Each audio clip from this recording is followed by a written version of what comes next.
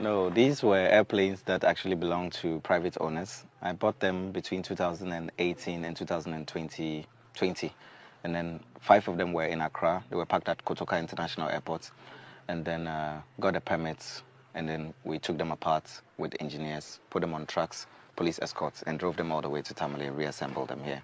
You mean you bought old planes? Yes. And came to dump them on your compound? Why? They're important because, you know, I've used a lot of drone technology in my work over the years in documenting the projects that I did, or even trying to understand the technology or what it means for us, like in our generation and a generation that is yet to emerge. And I thought it was actually very interesting, like looking at that in relation to these old technological forms. And when airplanes are old, they take them to these graveyards and then they scrap them, you know. So I thought that it would actually be quite interesting to bring these airplanes here and use them to make classrooms, because we take out the seats in them. I myself, I'm interested in building a cinema. So we use the seats to build a cinema, which we are still working on.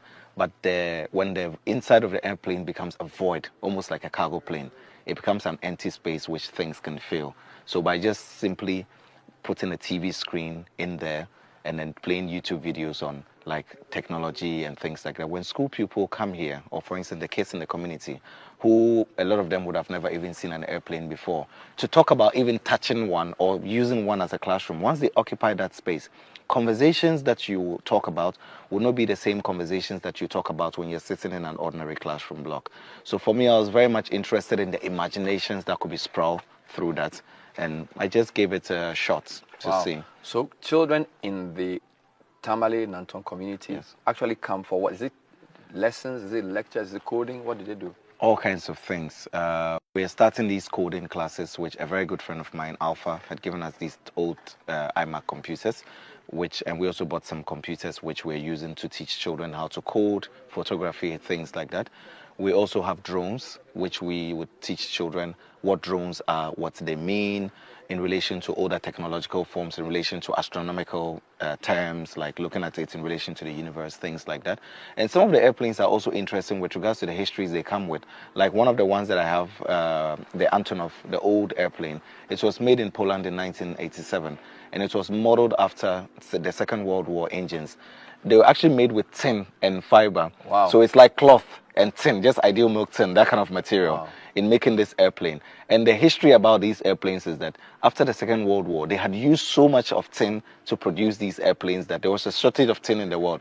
So they had to melt a lot of these war vessels in order to produce ordinary household objects. You see the transformation of the material. So this was one of the few ones that was left. A guy had brought it.